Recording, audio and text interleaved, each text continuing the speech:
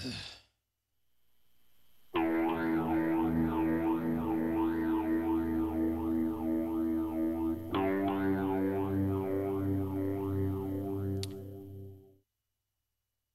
Don here. Okay, I am back with the live stream. I'm just remembering to need to pause my preview over here. Let's make sure I can hear it all. Yeah, I want to make sure I heard it all working. Okay, back with another live stream, and I keep using my laptop to monitor it. I'll shove it out of the way for what I'm going to do here. Okay, I've got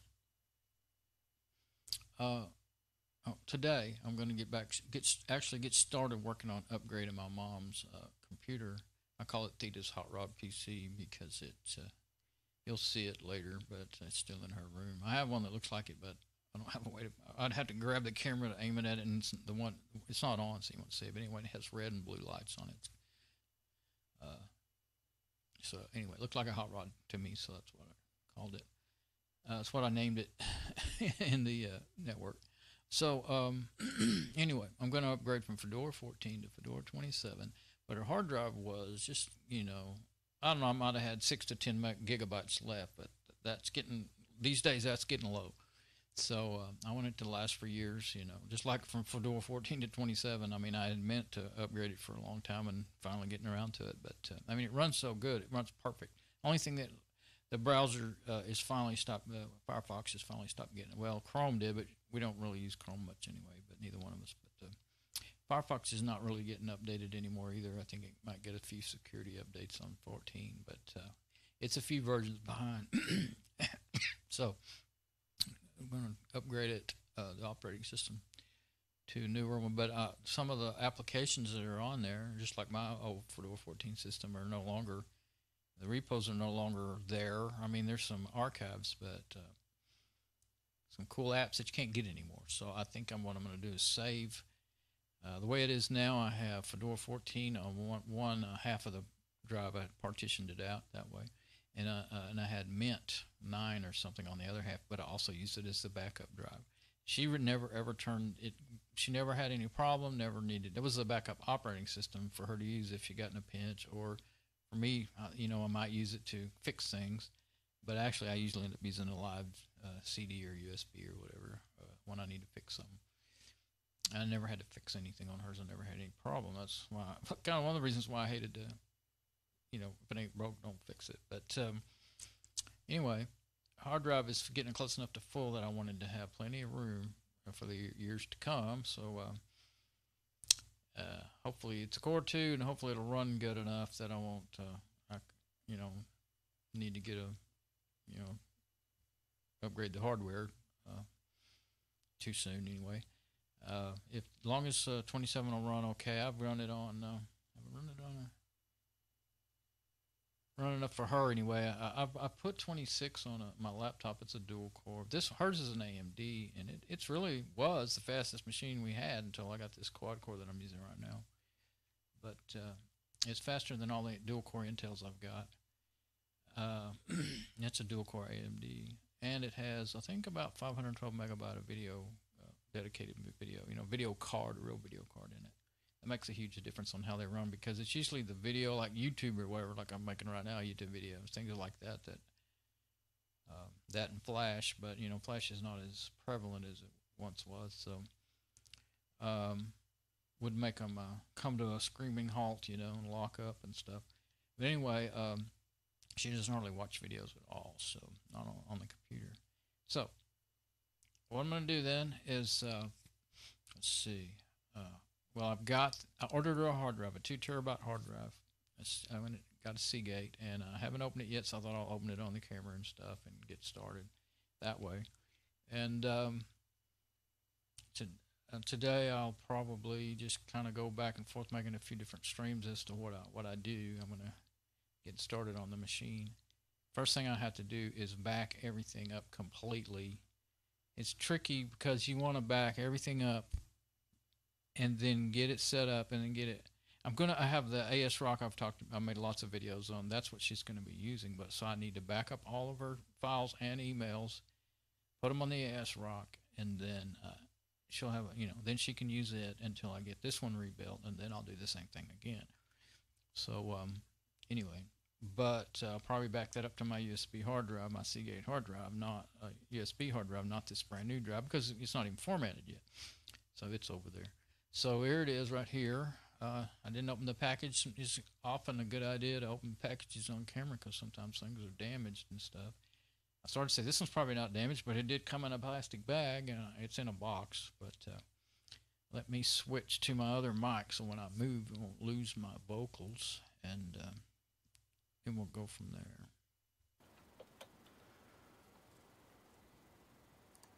there. Okay, yeah, I wanted to make sure I had a signal before I move. I had trouble getting that all working today. I always do tests before I make my videos, and it's a good thing. But now I'm using my wireless mic. It's not a wireless mic, it's a lapel mic, but it's plugged into one of my other phones, so I stream it to the network just like I do my video, and then presto, wireless mic. Okay, stream audio only on the mic camera, and then video only on the others, because doing this does use up a lot of video bandwidth. Okay, here we go.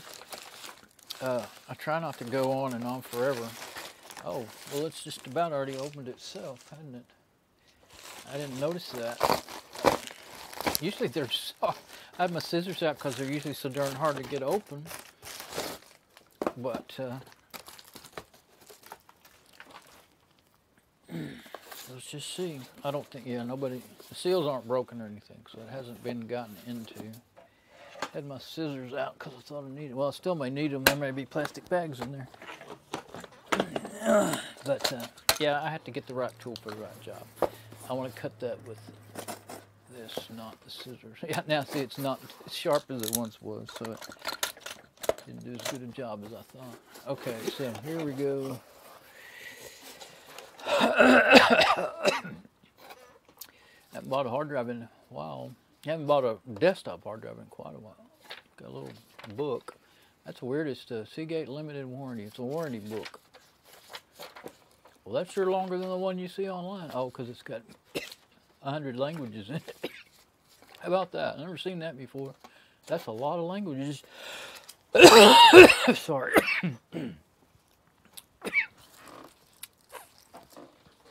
Okay. So it's a 3-year warranty. I already looked all that up. I was about to buy a Western Digital of the same size and speeds and everything pretty much. But it was a 2-year warranty, and then I saw a review saying they bought one and it failed after 20 months, and they wouldn't honor the warranty. And they said it was an OEM drive, and that's probably what it was, the one I was looking at. And this one's, I think we'd call it an OEM drive too. They would call it that because it's not in a fancy box, retail box. So. I didn't see anything that made me think that Seagate wouldn't honor their warranty on these drives, though. So, and they have a 3-year warranty, and I like Seagate drives. I haven't, even though they get a little bit worse reviews than Western Digital usually. I haven't had. I've got some old drives that are failed, and they're pretty darn old. I haven't had any of my newer drives. Seagate drives fail. Got that USB. And that I bought a year or two ago. I was thinking, I forgot to open up my browser on the computer. I might go in. I'll probably show that here in a minute. But anyway, let's see what we want to do. I like to take care of these little. That's the diff. The opening seems to be in the middle instead of the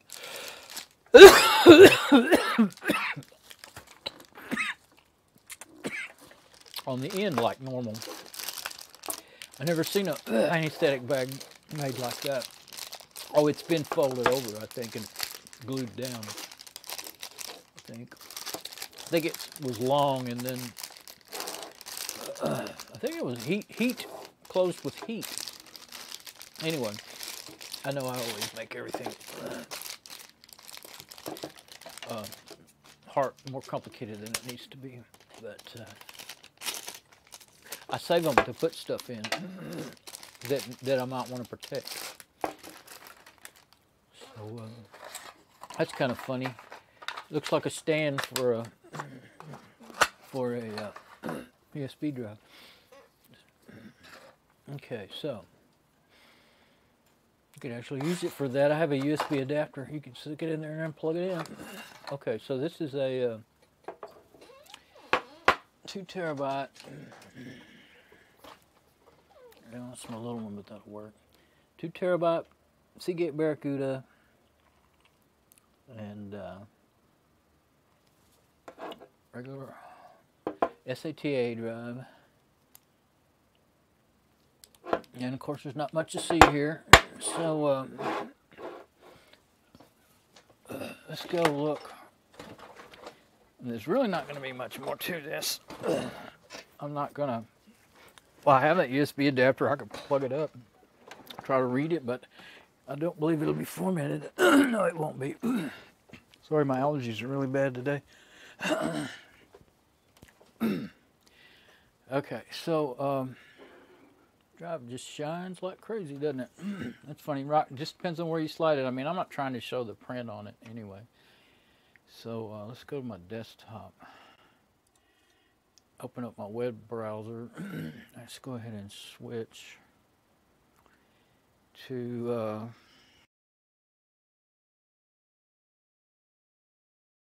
the SM58. I wanted to make sure that was working before I went over there. And I'll show a little bit of the details of what it is I actually got here on the web browser. Let's see. Yeah, I got it on Amazon. Trying to remember what shows up when you go in, when you're logged in. Of course, let's see. Yeah, not too much. Okay.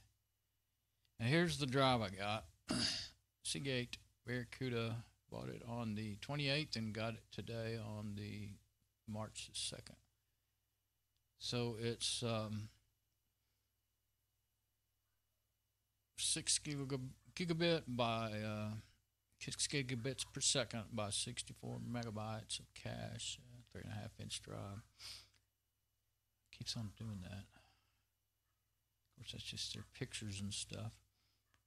I figured she doesn't need like a whole bunch of space, but she's got her drive she has now is a 250 gigabyte.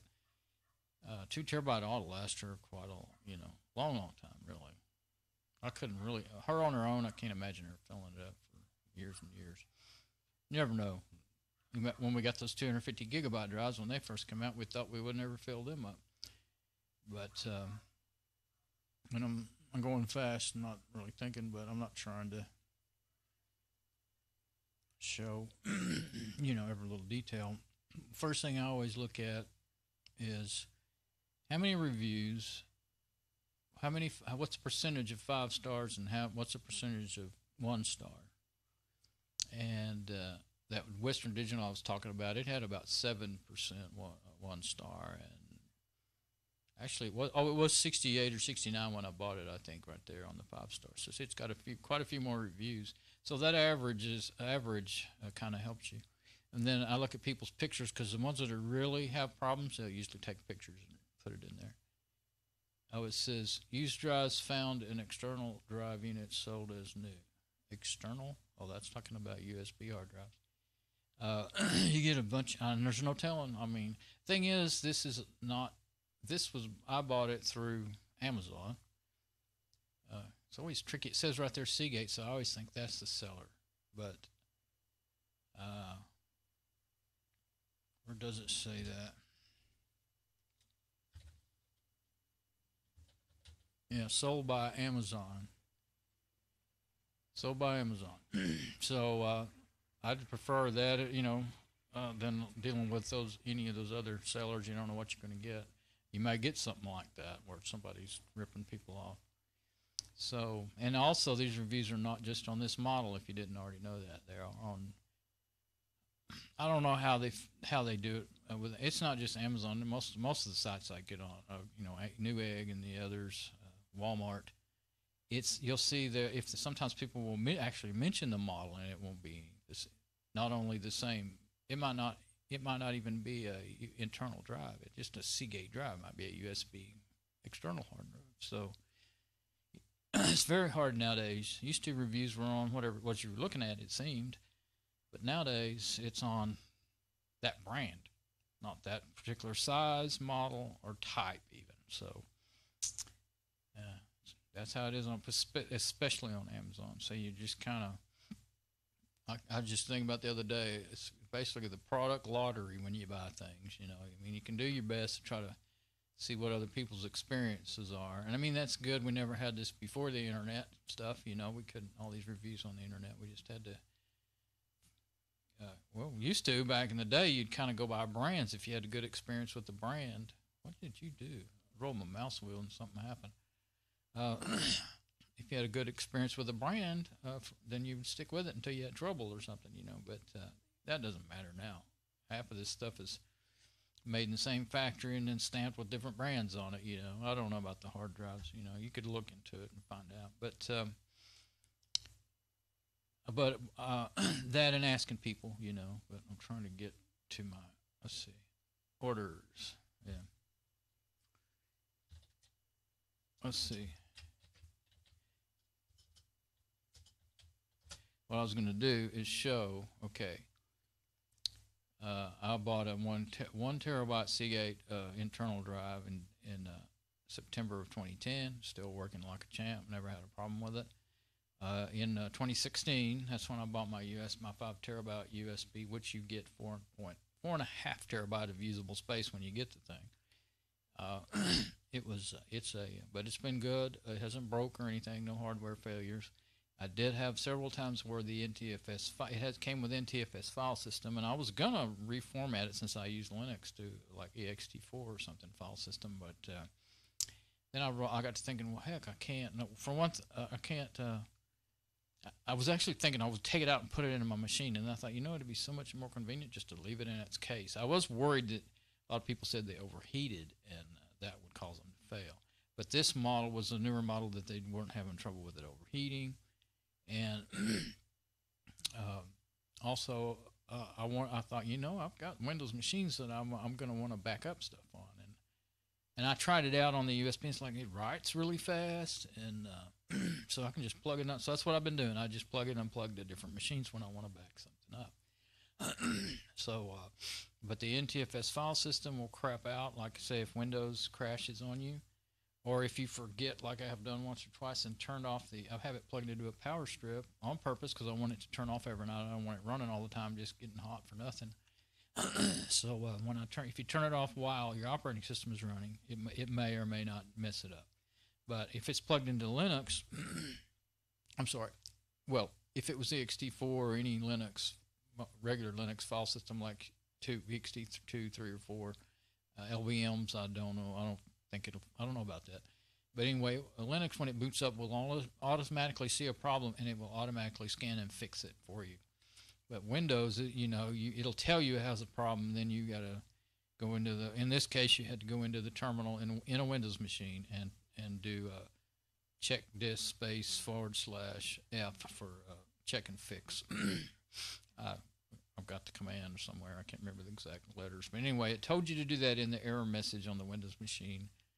And so I had to do that. Sometimes I don't know that it ever fixed it by itself. I think it happened at least 4 to 5 times over the last 2 years.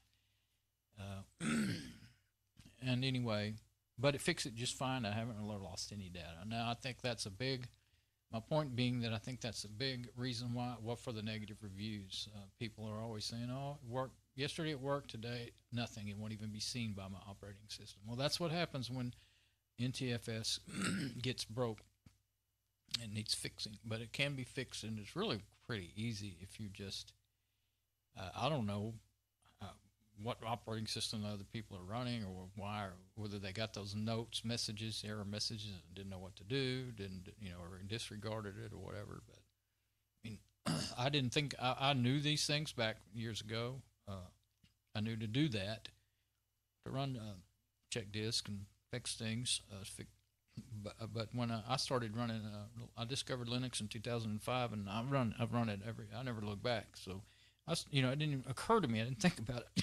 But the error message reminded me. And I'm like, oh, what's that command again? But all that being said, backup drive that's not any more dependable than that. And that's I don't care what brand you get. You hear that you read the same problem. That's pretty crappy. All my other machine, I had like 3 or 4 hard drives in my old one of my dual core machines. That were my backup drives. There, desktop drives in there. I was gonna copy all that over and then reformat them, use them for operating systems in different machines, but I decided not to. I just left all my backups that are in there. So that, and I realized I'm gonna fill this new drive up real quick. So a lot of my files I have dual backups in that way, but some of them I don't. Some of my newer videos are on this USB drive only because I don't have room on the machine I'm using right now. It's got like 16 gigabyte left on it. 15.8 right now because I'm making videos, and when I get done making videos today, they will automatically be backed up to that 4.5 terabyte. I named it that because it's all I had out of it. It'll automatically back up to this drive, and then I will delete them from over here so that I can keep using this machine. So that's my take on all this hard drive stuff.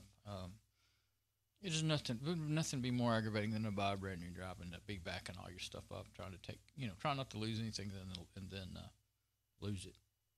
But if I could remember where that command is, I have it written down on a sticky note. I think it's chkdsk, chkdsk.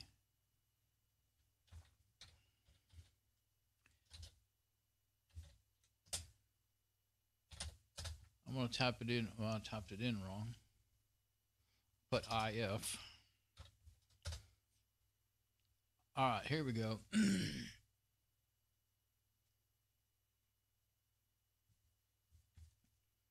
There's something about it right there, but let's see what that one.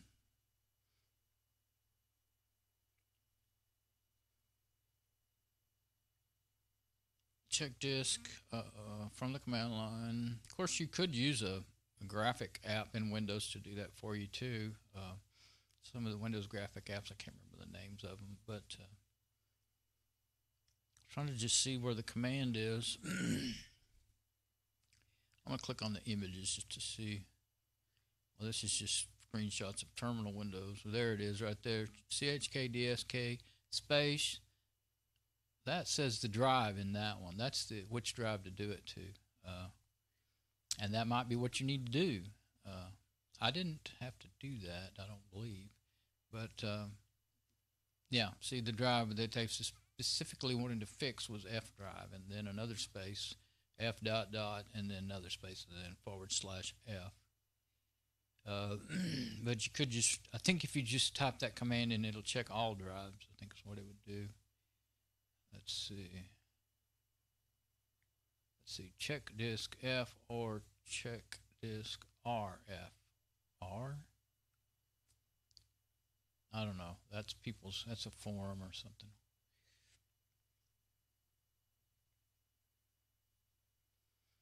Okay, well, this one here is a Microsoft page, so this is the right one. One check. I'm going to save that in my favorites. Probably already have it somewhere, but we'll do that right now.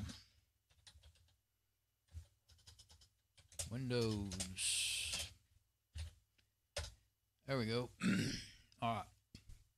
So that's the command I'm talking about, and as I saw in the, there's more to it, but go to that page, just look up like I did, check disk.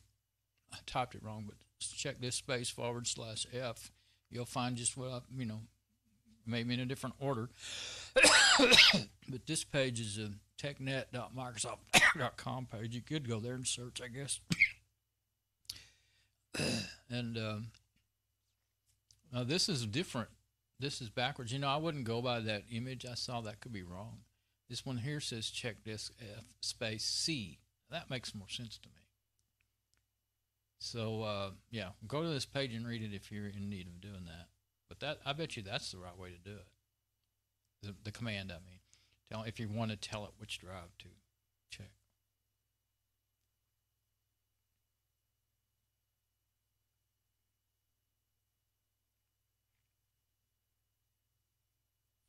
Oh, okay. Yeah, just check disk won't fix them. It'll run it and then ask you what you want to do. Like say if you did check disk C, but if you want /F tells it to fix it. So and if you want it, so this is the one. Let's see.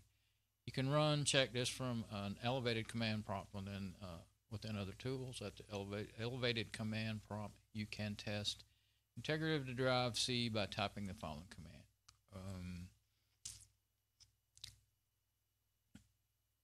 Let's see now. What about this? Switches.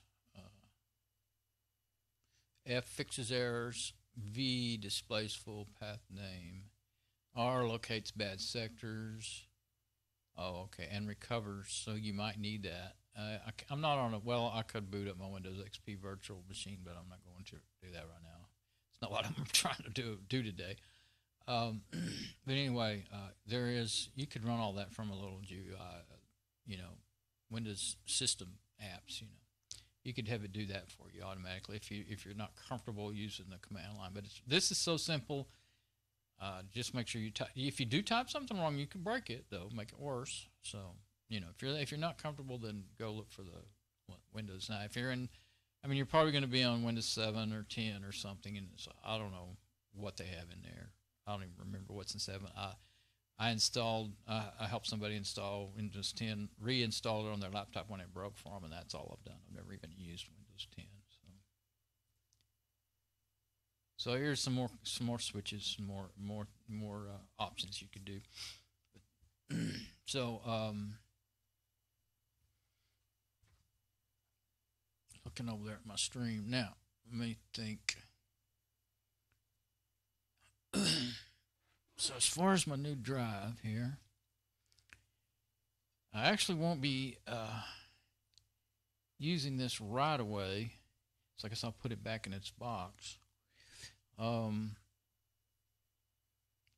think what I'm going to do, it's a real pretty day today, so I think what I'm going to do is go ahead. I was going to leave that machine in her room, plug in my USB drive to it, and back it up in there, but I may go get it, take it out. So I need to blow it out. I know it's full of dust. I may go get it, take it out in the garage, blow it out, then bring it in here and start working on it. And if she needs that machine back before I get the ASRock set up for her, then I can just give it back to her.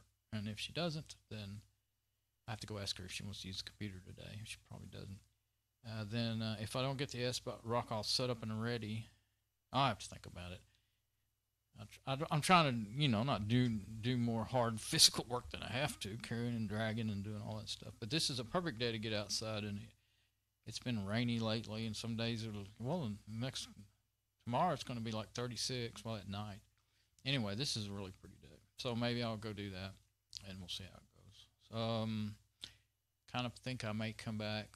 I don't want to say definitely I'll come back and do some more, but I may take one of my cameras outside in this lapel mic with me, and I think I did it once. I know I can stream up in the front, in the back of the garage, really, but up in the front where my compressor is and everything, I don't know if my stream will work, if I'll drop so much audio and video frames that it won't be usable. That'd be a good time to test it out, see if it works. I got my new D-Link router, and it goes a lot further than that old TP-Link. I tried it, and it wouldn't work right. Anyway, let's go ahead and get out of here. That's it. Me rambling on about what I'm going to do. Okay, this is Don. Bye-bye.